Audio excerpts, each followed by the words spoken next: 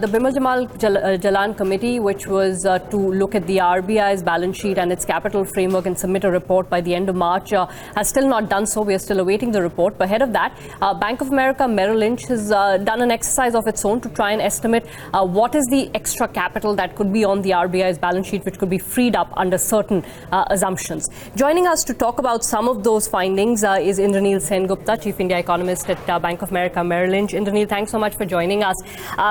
Very complex and very wide-ranging subject, so I'm going to try and keep my questions a little pinpointed. My first question to you is this, Indranil. In the exercise that you had conducted, should one start with the assumption that it's going to be easier for the Reserve Bank to perhaps transfer out of its accumulated contingency reserves rather than start going and touching the revaluation reserves, because then you get into the argument of whether those are reserves at all or just accounting numbers?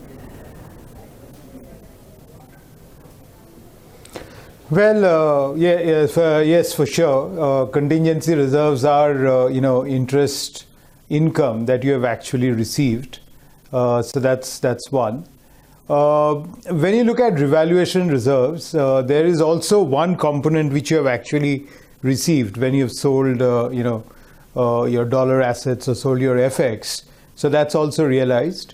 Thirdly, then it becomes a question of what you think is your optimal revaluation reserve. So, for example, if you said that is 25% appreciation from here on, then there's hardly anything to transfer. If you said that it is something around 20%, then you can transfer almost 2 trillion rupees, because every 1 rupee change gives you around 40,000 crore. In terms of revaluation. Okay, so again, now two parts to the question. So on your assessment that you have made, one scenario is where the contingency reserve gets reduced to half of what it is right now. Can you help us explain firstly why that assumption that we can do with just half the contingency reserve that we have right now, and then what kind of capital that would release? Yeah, so if you see contingency reserves, our contingency reserves are almost 6.5% of balance sheet, which is more than far higher than the 2% BRICS average ex-India. So even if you bring that down to half, which is 3.25% balance sheet, you would be far higher than other BRICS. So that's one. Secondly, we estimate that right now you are covered for a 9% increase in yields. Given that yields are somewhere in the 7-8% range, that's a huge cushion. Suppose you halved that to 4.5%, even then you could release about 1.1 trillion.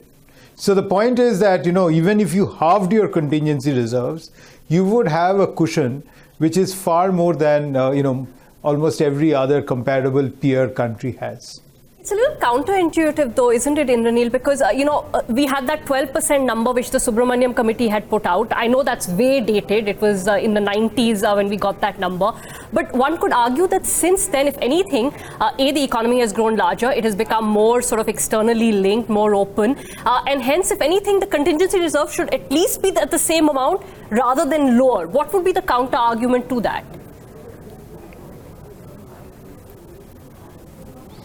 Well, when you look around the world, no one has anything close to 12%. And the fact is that, whether you have 2 trillion or 4 trillion, it is not really going to count much in case there is a big, sell-off as far as your country is concerned. What is going to matter far more is how much of FX reserves you have. So the ability of contingency reserves to weather a macro shock, I think is debatable. What is important that you have high FX reserves. So last resort from that function, perspective, Indranil? we are not saying that you do away with contingency reserves. Sorry? What about lender of last resort function? I get your point on the an external shock, but what about an internal shock emerging from your lender of last resort function? But that's, you're the central bank, you print money.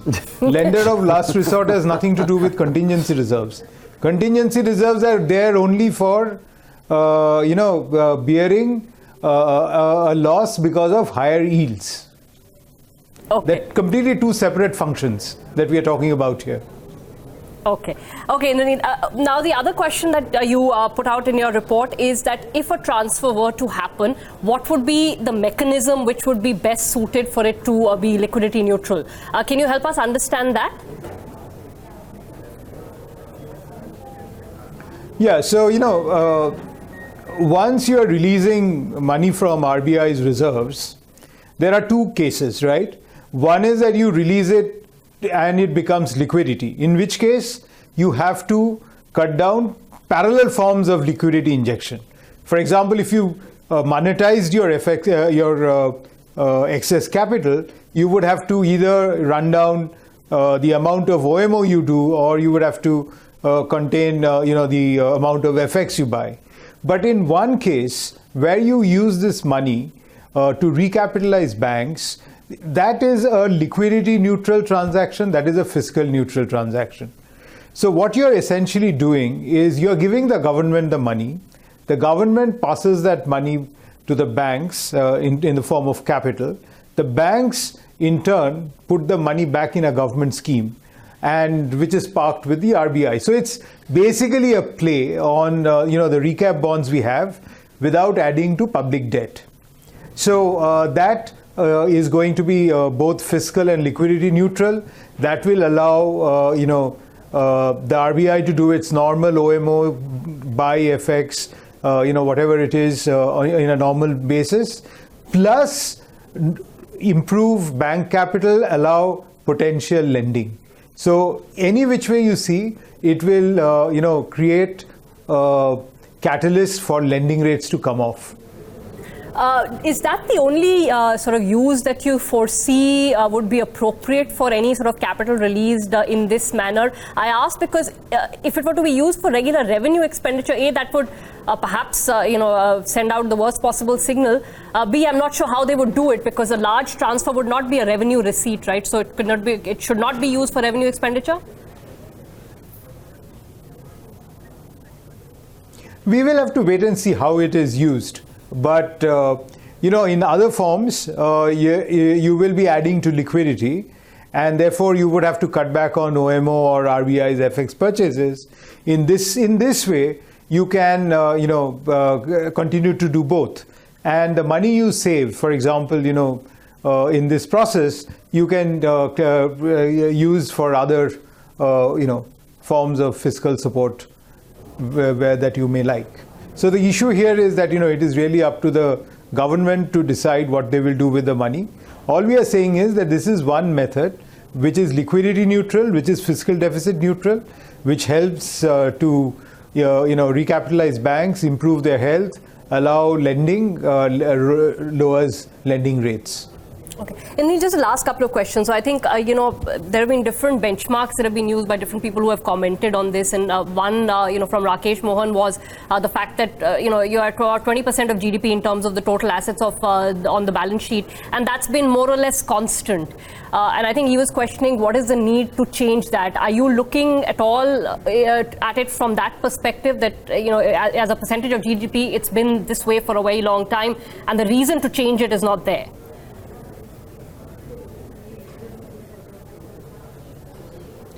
No, we are looking at it from, as you can see, we are looking at it from relative benchmarks, what other central banks have. We are looking at it from potential costs in terms of, rises in yields. We are looking at it in form of how much of, appreciation cover you need at this point in time. There was also the Usha Thorat committee, which was set up by the RBI. Usha Thorat being one of the most distinguished deputy governors you had in the RBI.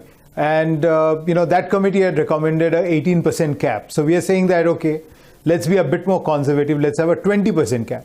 Even then you can release 2 trillion rupees.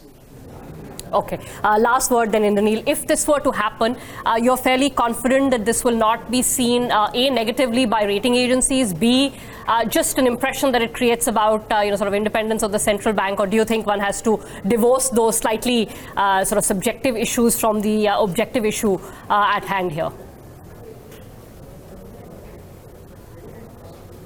No, I do not see why it should be treated as a problem by rating agencies. No other country has this kind of, reserves. That's number one. That's what I'm saying, that this is not required by any other central bank in any country. That is number one. Number two, it is a trade-off between holding huge sums of money at the central bank balance sheet, which could be otherwise used to stimulate the economy, and without in any way impairing the strength of the RBI balance sheet.